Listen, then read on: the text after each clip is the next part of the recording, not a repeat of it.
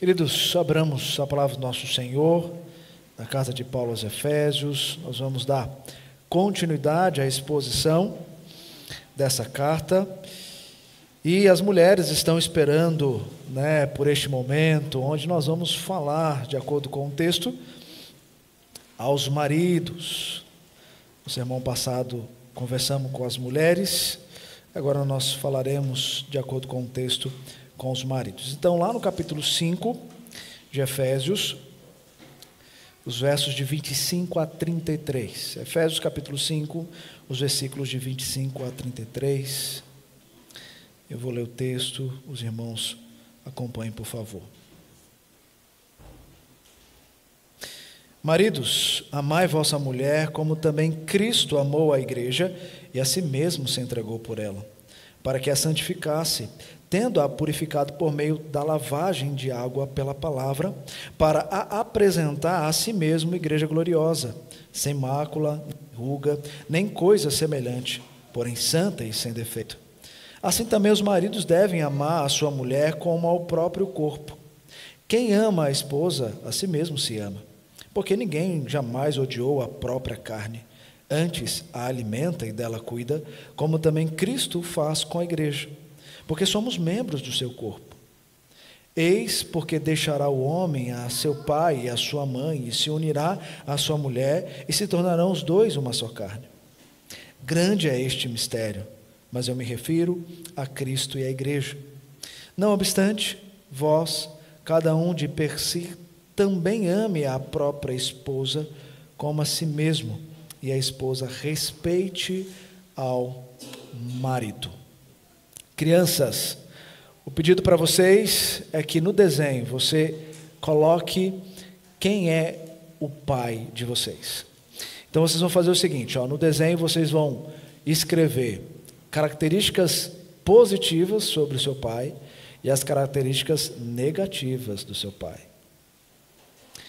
As características positivas e as negativas. Os filhos têm uma percepção que às vezes a gente não para ouvir sobre nós. Talvez seremos surpreendidos com aquilo que eles vão escrever ou desenhar sobre os defeitos que temos. Isso é importante. Importante para a gente entender que caminho nós estamos conduzindo os nossos filhos. O Dia dos Pais não é uma data da qual nós paramos para só ouvir elogios. Talvez é uma data de recomeço entre muitas famílias, porque os pais não estão sendo pais e filhos não estão experimentando o amor dos pais. Quem sabe hoje seja também um tempo de recomeço para isso, né? Então vamos lá, crianças, desenhando, vamos trabalhar juntos. No sermão passado, queridos, nós enfatizamos o fato de acharmos que aquilo que vivemos em nossos lares determinam o nosso casamento, o nosso caráter. E dizemos que isso está errado, porque as experiências vividas dentro dos nossos lares não determinam quem nós somos. O que determina quem nós somos? A nova identidade que recebemos em Cristo Jesus. E nós vemos que muitos casais lutam dentro dos seus lares, no desempenho da missão, mulher sendo submissa e homem amando a esposa. Por quê? Porque eles querem carregar a experiência dos pais, dos avós, ou experiências de colegas para dentro do casamento, esquecendo de que agora a realidade do casamento se dá na pessoa que eles fizeram aliança, que é a pessoa de Cristo Jesus. Então, o meu referencial, ele passa pela cruz do Calvário. O meu referencial passa pela nova identidade recebida por Cristo Jesus. É isso que determina quem eu sou. Isso que revela a minha identidade. É assim que eu vou me portar dentro do meu lar. Nós falamos aqui que muitas vezes O marido tende a dizer para a esposa: olha, você é muito diferente de mim, porque eu fui criado numa família que expressa as coisas dessa forma, e você foi criado na sua família que expressa as coisas dessa outra forma, e por isso que às vezes a gente entra em conflito. Queridos, o ambiente não determina quem você é, mas você pode querer que o ambiente seja aquilo que você revela que você é, quem você é. Nós somos novos em Cristo Jesus. E é aí que nós temos que começar a redesenhar, a redirecionar o nosso coração para a realidade daquilo que seremos dentro do nosso lar. Então foi isso que nós falamos com as mulheres, e é diante disso que nós vamos conduzir, olhando para o texto bíblico, essa realidade para os maridos.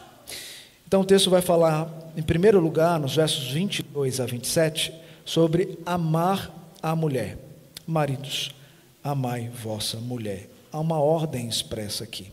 Assim como há uma ordem para a mulher ser submissa ao marido, há uma ordem para o marido amar a sua esposa. Olha o que os versos nos dizem.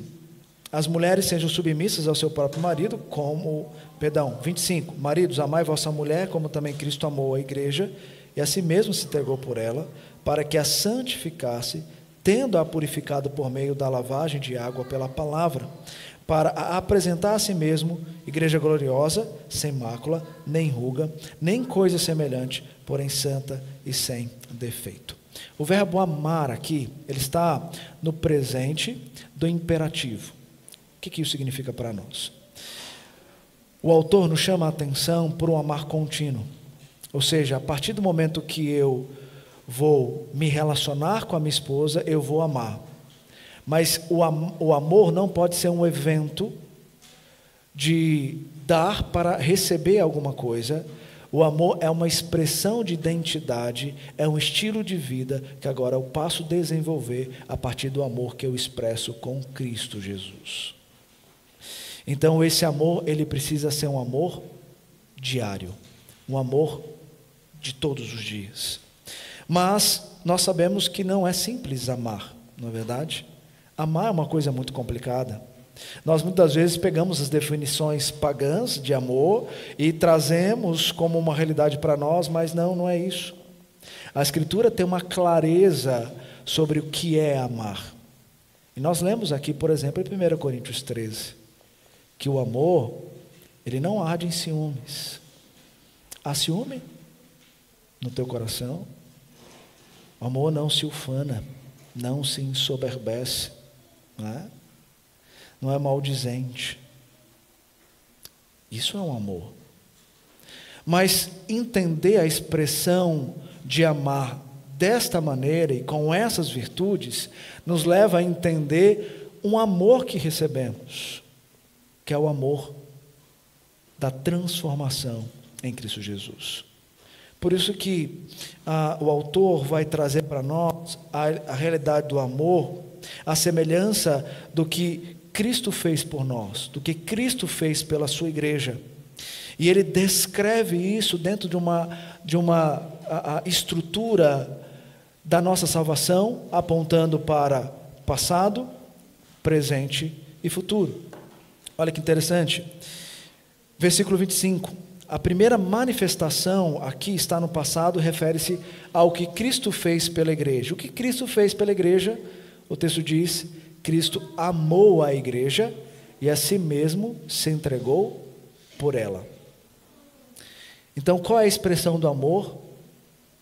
É de renúncia, é de entrega. Veremos mais isso daqui a pouco.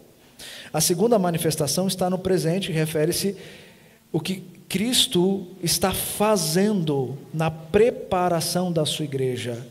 E o verso 26 descreve para nós que ele está santificando, purificando, e ele faz isso através da lavagem remidora, daquele sangue que foi derramado na cruz. E agora essa igreja está sendo preparada. Para quê?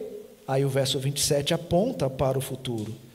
Para ser uma igreja gloriosa, sem mácula, nem ruga, nem coisa semelhante, porém santa e sem defeito.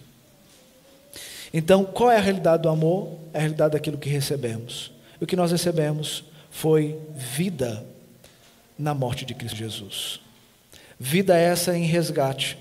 Que quando Cristo morre na cruz do Calvário, Ele morre porque dentro do plano eterno de Deus, Deus estabeleceu resgatar um povo para ser o seu povo.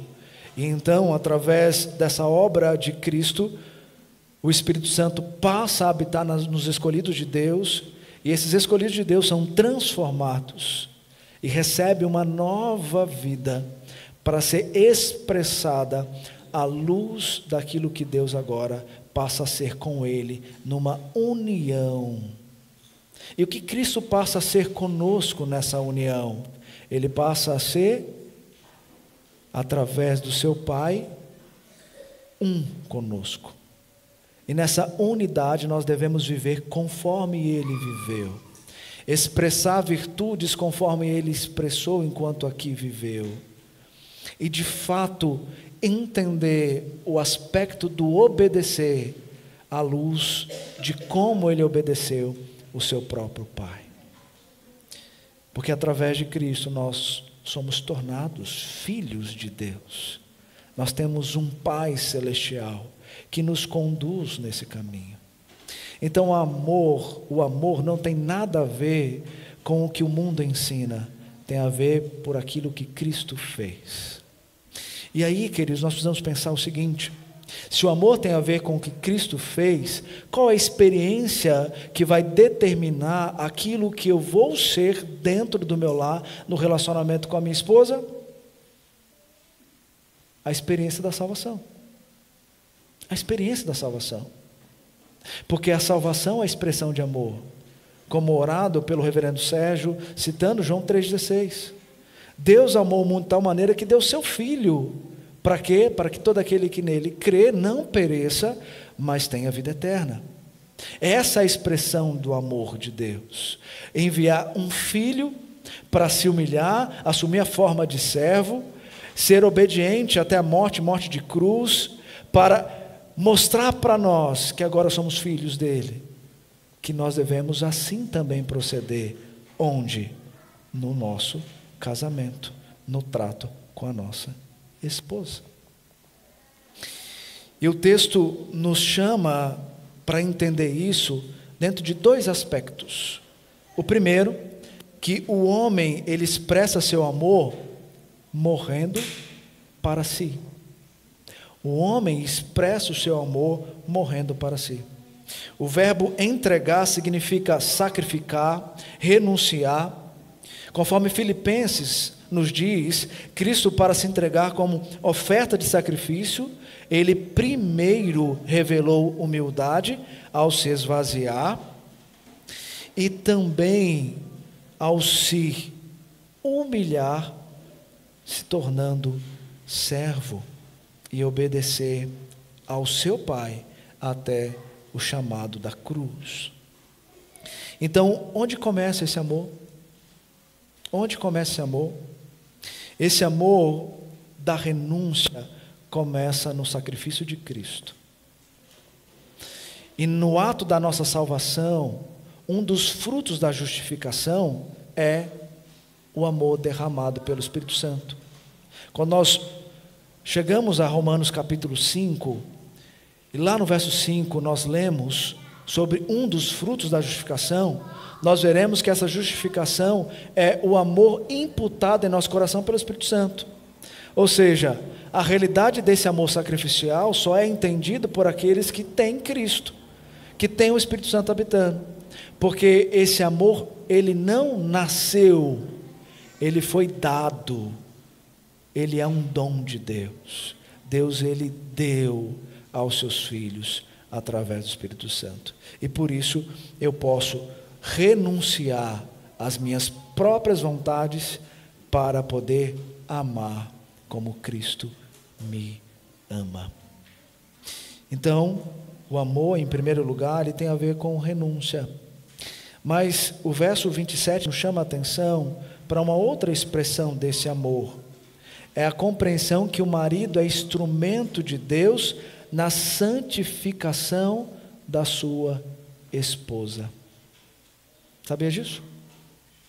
Você é responsável pela santificação da sua esposa. O objetivo de Cristo em sua morte, como lemos no verso 27, é santificar a sua igreja, a noiva. O cabeça da igreja, o noivo, se entrega por sua noiva em uma cruz para santificá-la, a fim de apresentá-la a si mesmo, igreja gloriosa, pura e sem defeito. Então, maridos, a expressão do seu amor para com a sua esposa é levá-la a se aproximar cada vez mais a Cristo Jesus. E não só isso, mas se assemelhar a Cristo Jesus. Você é o instrumento a pastorear o coração da sua esposa. Dá para entender que esse amor só é possível na vida daquele que experimenta a salvação? Porque sem isso é impossível amar. Sem isso é impossível se entregar pela esposa. Sem isso, de fato, é impossível ser instrumento de Deus na condução espiritual da vida dela. E aí fica difícil mesmo ela se submeter a você, porque você não a conduz a Cristo, você a conduz a qualquer outro lugar. Então, você quer requerer dela uma submissão, sendo que você não leva a sua esposa aos caminhos de santificação? De fato fica difícil. Então a realidade que o texto nos traz é que, maridos, vocês precisam conhecer profundamente o Deus que fez um com você, para que um com a sua esposa você possa ser instrumento de condução. Você não é o cabeça à toa da sua família. Você foi escolhido para ser o cabeça da família, porque você vai ser o primeiro a ensinar a sua família quem Deus é e o que Ele faz em meio às nossas alegrias, em meio às nossas tristezas. Então isso é amor. Diferente do que é o amor pagão? É, né? Fácil desenvolver isso no lar cristão? Não. Mas é possível? É. Porque se é a expressão daquilo que Deus faz continuamente comigo, se eu busco continuamente Ele, de fato, isso vai ser realidade e estilo de vida. Mas o texto continua a nos ensinar, e ele nos chama a atenção também para olhar para um outro aspecto do amor, o amor a si mesmo, o amor próprio. Então, nos versos 28 a 30, Paulo diz o seguinte: assim também os maridos devem amar a sua mulher como ao próprio corpo. Quem ama a esposa, a si mesmo se ama, porque ninguém jamais odiou a própria carne, antes a alimenta e dela cuida, como também Cristo o faz com a igreja, porque somos membros do seu corpo. Parece às vezes estranho a leitura e o fluxo da leitura, porque anteriormente Paulo está dizendo que nós temos que amar a esposa renunciando a nós mesmos e conduzindo ela a uma santificação, e nós fazemos isso porque nós recebemos antes o amor de Cristo. E agora ele está falando que nós temos que expressar esse amor olhando para nós mesmos, porque nós nos amamos a nós mesmos. Até parece uma descrição de um amor egoísta, mas não é. Porque quando nós estamos no fluxo da leitura de toda a carta, nós vamos perceber que Paulo mais fala sobre a união com Cristo do que qualquer outra coisa. E ele então, na descrição doutrinária sobre a obra salvífica de Cristo, ele vai expressar que essa salvação nos uniu a um corpo, e esse corpo é o corpo em que Cristo é o cabeça, e os demais membros fazem parte dessa unidade e expressam juntos o mesmo propósito de vida. Então, se nós estamos unidos a Cristo como igreja, sendo membros do corpo, o casamento é mais uma expressão dessa unidade, quando a mulher e o homem se unem em uma só carne, tornando os dois um. E a partir do momento que os dois são um, eles vão cuidar de ambos no mesmo corpo. Então, quando Paulo expressa expressa a ideia do marido amar a esposa como se ama. Ele está dizendo o marido que se ama dentro dessa concepção, marido e mulher como um só, assim como Cristo é um com a sua igreja. Fato é que o verso seguinte, ele vai dizer isso, ao trazer para nós, no verso 31, eis porque deixará o homem a seu pai e a sua mãe, e se unirá à sua mulher, e os dois uma só carne. Então, a regra para amar passa pelo amor próprio dentro dessa estrutura de unidade. O homem deixou pai e mãe e uniu-se à mulher, e os dois se tornaram um. Por isso que o homem, ele vai se cuidar.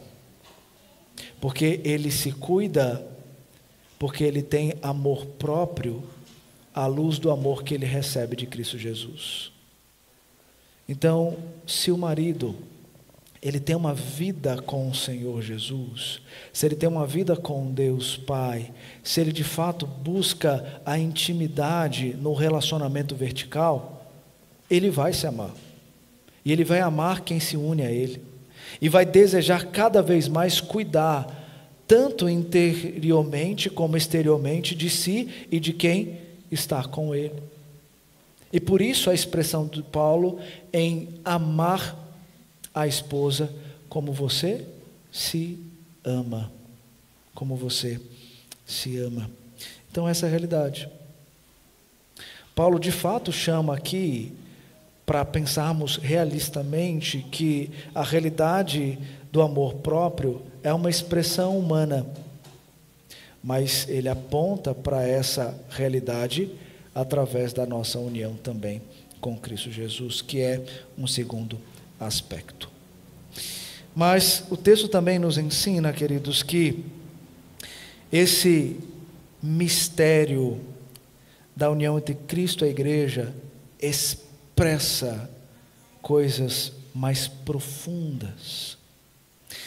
Os versos 31 a 33, no verso 31, como nós lemos, citando Gênesis 2, verso 24, o 32 e 33 nos diz o seguinte: grande é este mistério, mas eu me refiro a Cristo e à igreja. Não obstante, vós, cada um de per si, também ame a própria esposa como a si mesmo, e a esposa respeite ao marido.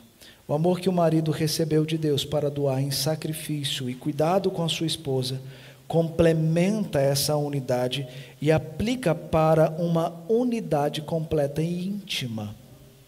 Ao trazer essa passagem, Gênesis 2, 24, Paulo está apontando para a celebração da relação íntima do homem e da mulher.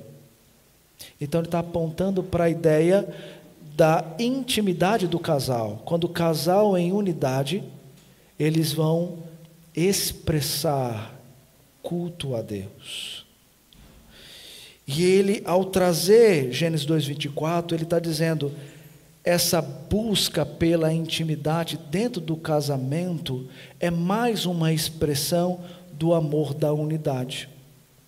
É mais uma expressão desse unir-se e ser um no Senhor. E isso deve nos levar a pensar em diversas coisas. Porque muitas das vezes nós homens, nós pensamos na intimidade como uma forma egoísta de expressar os nossos desejos. Sei que isso vai ir contra mim e a esposa vai cobrar isso, mas olha como nós pensamos. Muitas das vezes nós sabemos que a esposa precisa de ser cuidada. Aquela plantinha precisa ser cuidada para que depois à noite nós conquistemos o que nós desejamos. E nós fazemos essa expressão de amor como um ato único, como um evento. Então nós sabemos que para ter uma boa intimidade, precisa ter um bom dia de cuidado com aquela plantinha. Então eu vou mandar mensagens para ela no WhatsApp, eu vou chamar ela para um almoço, eu vou só falar, mesmo bravo, eu vou falar só palavras carinhosas, porque eu quero conquistar algo à noite. E assim eu vou conduzindo a minha esposa àquele momento.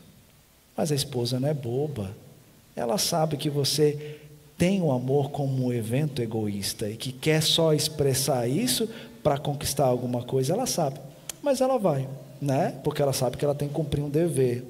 Mas não é tão bom como você esperava que fosse. Por quê? Porque ela sabe que essa é uma expressão de evento. Sabe o que a Escritura está nos ensinando aqui?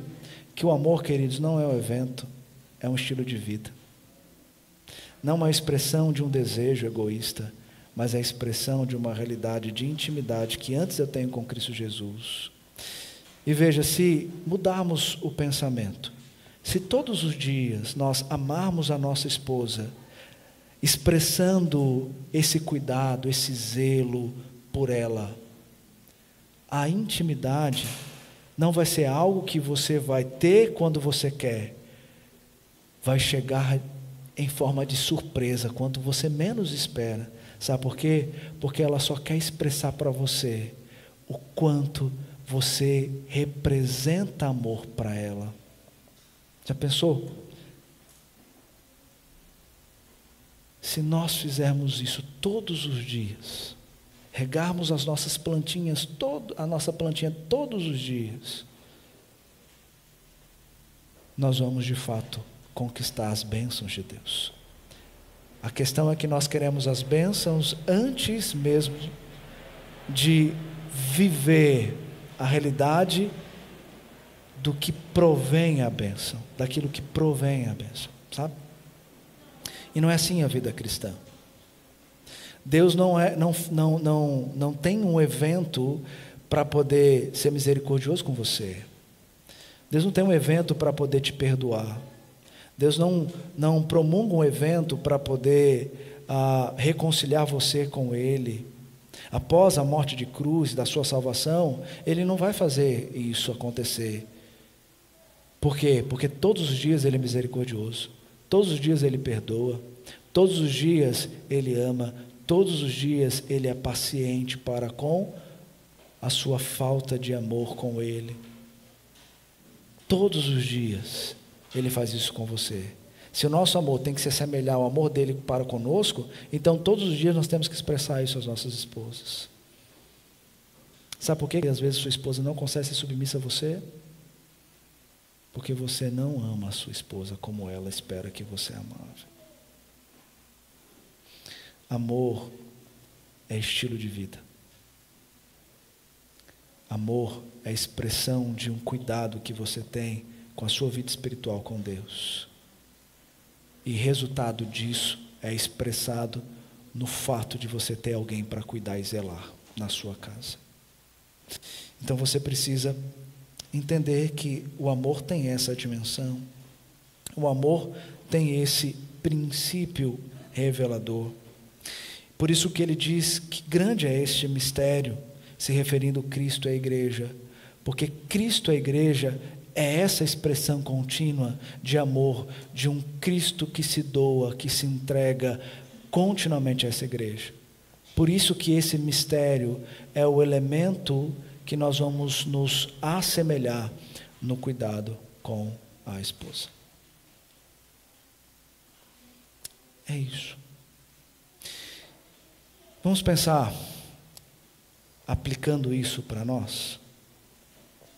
Queridos, por que muitas das vezes a mulher tem dificuldade em ser submissa ao marido? Por quê? Porque o marido, ele não cuida do coração da esposa. Se o marido é esse instrumento condutor da vida da esposa, ele precisa expressar isso todos os dias no ensino, na misericórdia, no perdão. Veja como nós somos problemáticos nesse trato com a esposa. Olha para você, homem, estou falando diretamente para você. Quantas vezes você sentou à cama com a sua esposa para poder ouvir os dilemas dela sobre você? Não sobre o trabalho, mas sobre você. Quantas vezes você parou para perguntar: minha esposa, fale o que eu estou fazendo de errado para que eu possa melhorar e aperfeiçoar o nosso casamento? Fale para mim, descreva aí. Se você fizer isso hoje, pode ser que ela diga: o quê? Eu fazer isso? Já sei o que eu vou receber depois. Mas não deveria ser assim. Nós deveríamos sentar todos os dias, antes de dormir, e falar: esposa, o que eu falei hoje? Vamos aqui nessa mesa reconsiderar as nossas falhas, aperfeiçoar os nossos erros, tanto eu quanto você. Você me fala e eu também falo a você. E de uma maneira tal que eu não vou dizer para ela: olha, eu agi assim porque você é assim, porque você me faz assim. Não é atacando ela, mas é de fato tentando resolver o problema com ela. Isso é expressão de amor. Você fez isso? Você tem feito isso? Talvez seja aí o motivo da sua mulher ter dificuldade de ser submissa a você. Quantas vezes você sentou com a sua esposa para poder falar: minha esposa, vamos ler a palavra do Senhor juntos? Vamos juntos aprender o que Deus tem para falar ao nosso coração e à nossa família? Isso não deveria nem ser algo pontual, mas tinha que ser uma rotina diária dentro do lar. Porque se a Bíblia é a nossa regra de fé e prática, se nós não buscamos a Bíblia, a palavra de Deus, nós vamos nos alimentar do quê? Do mundo. E quem vai conduzir a sua casa? Deus ou o mundo? Bom, você sabe quem conduz a sua casa. Mas o texto nos ensina também que o marido, ele precisa cuidar mais do interior do que do exterior.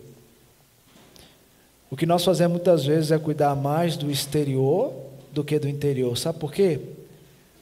Porque o exterior mexe comigo, mexe com as minhas emoções, mexe com os meus sentimentos. Quem não quer ver uma mulher bonita à sua frente, bem cuidada, malhando ali? Quem não quer?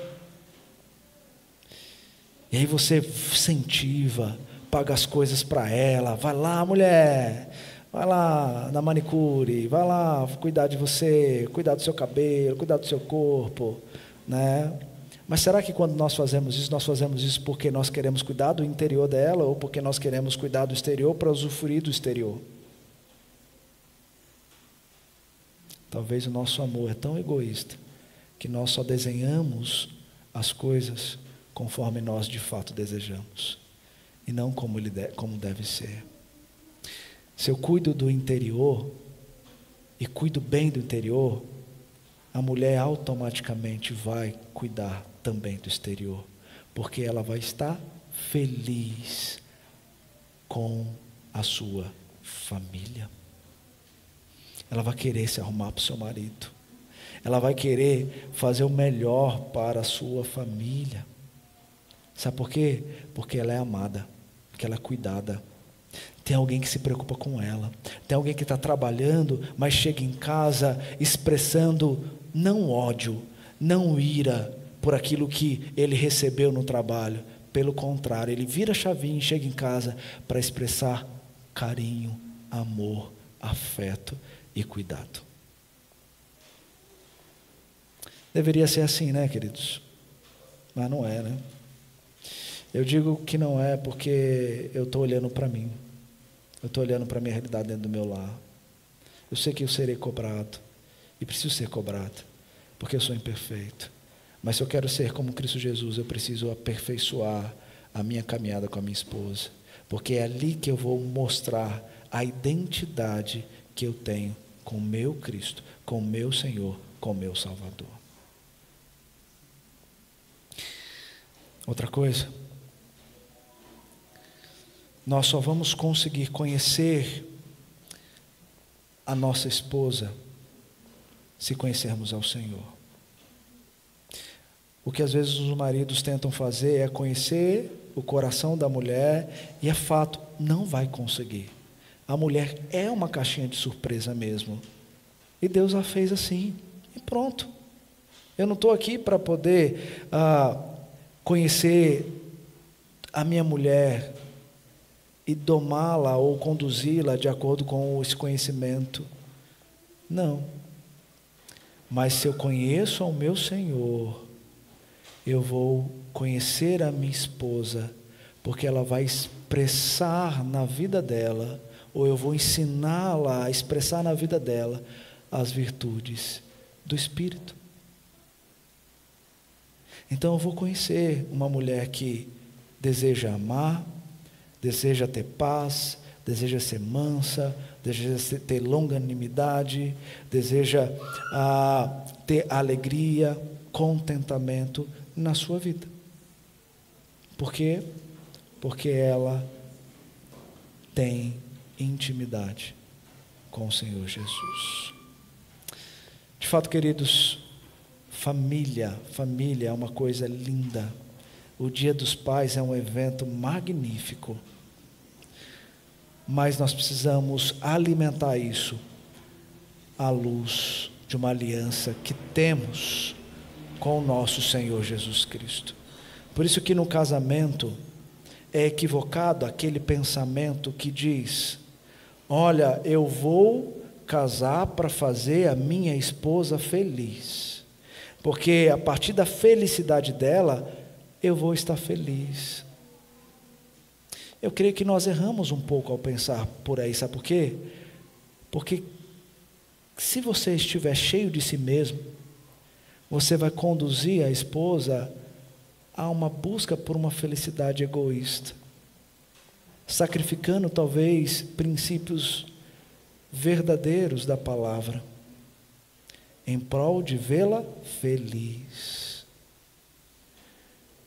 O pensamento correto não é casar para fazer a esposa feliz, é casar para fazer Deus feliz. Não é Ele que é a testemunha do seu casamento, é casar para fazer Ele feliz, porque essa busca vertical vai resultar numa prática horizontal. Logo, a partir do momento que eu tenho com o meu Senhor um alinhamento de amor, fé e prática, isso vai ser resultado na minha condução dentro do lar, no meu relacionamento com a minha esposa. Então ela vai estar feliz, mas está feliz por uma condução cristocêntrica e não autorreferente. Esse é o caminho. Então o que nós precisamos fazer? Homens, varões, o que nós precisamos fazer? Conhecer o nosso amor com Cristo Jesus. É conhecer o nosso amor por Cristo Jesus. É conhecer o nosso amor e viver em Cristo Jesus. Se nós fizermos isso, nós vamos trazer isso para o nosso cotidiano, acima de tudo, para as pessoas que estão mais próximas de nós, inclusive a nossa, principalmente a nossa esposa. Como fazemos isso? Lendo a Bíblia, meditando nas Escrituras, trazendo as Escrituras para ser de fato a sua regra de fé e prática, e aí buscar crescimento espiritual, amadurecimento na fé, para então compreendermos quem nós somos e como devemos viver. O resultado disso vai ser a sua família ser amada, cuidada, vai haver zelo, carinho, dedicação, e o caminho vai ser diferente. Vamos parar de ouvir o mundo para ouvir a voz de Deus. Vamos deixar Deus falar ao nosso coração pela sua palavra e conduzir a nossa casa conforme Ele quer e Ele deseja, e não conforme o meu amor egoísta impõe para a minha família. Que Deus nos ajude nessa grande missão, nessa árdua missão. E jovens, termino com vocês dizendo, quando vocês buscarem alguém para casar, vocês já têm um referencial. Se vocês buscarem alguém fora dos caminhos do Senhor, você vai ter lutas, aflições, angústias, dificuldades, de ver a expressão da família da forma como nós vimos aqui descrito. Mas agora, se você buscar uma pessoa crente que ama o Senhor de todo o coração, de toda a alma e de todo entendimento, vai ser difícil, mas vocês saberão o caminho, porque Deus estará conduzindo o seu lar. Pense em quem você vai namorar, casar. Pense em quem vai ser o líder do seu lar, meninas. Homens, pense em quem vai ser a sua mulher, que vai se submeter ao papel que você tem dentro do lar. Pense nisso e faça uma escolha no Senhor. E para aqueles que têm lutas dentro de casa, porque estão casados, mas o casamento, um dos cônjuges não confessa o Senhor como sustento e Salvador, não tem nada perdido. É muito mais difícil, porém há solução, e a solução é: prega o Evangelho, testemunha Ele.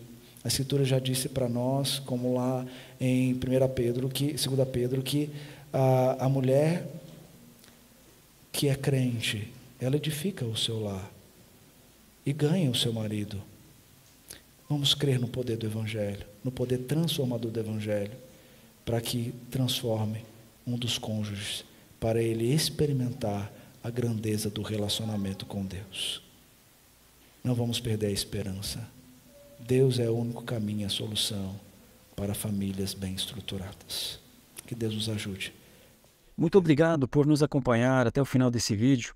Para receber mais reflexões e ficar por dentro dos próximos conteúdos, te convidamos a seguir as nossas redes sociais que estão na descrição. Alguns vídeos aparecerão na tela, caso queira continuar nos assistindo. Abraço e até a próxima!